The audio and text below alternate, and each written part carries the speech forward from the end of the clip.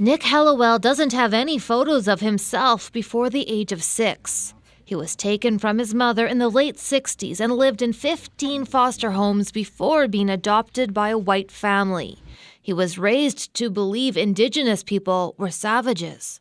And that I was so lucky that I was raised in a white home that took me away from all of that. 5 decades later, Hallowell has reunited with his siblings, but applying for federal compensation for loss of culture has been grueling. This is stirring up things for me that is really impacting my life and my kids and my home life, and there's nowhere I can turn.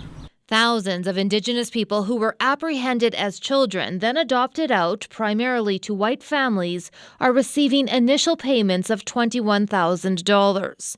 Elaine Kignozwe was separated from her 12 siblings. She describes the moment she got her compensation check. I automatically cried,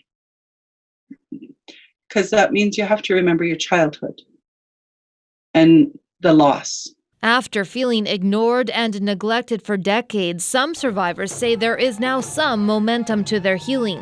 Adoptees are reaching out to other adoptees to cry, to be angry with, to support each other. I stand before you today to say sorry. Several provinces have issued apologies, but some survivors want the federal government to apologize and to investigate how many children were taken. Okay, well, now I've been paid, so... Receiving the money has left Hallowell feeling lost. Where do I turn? What do I do?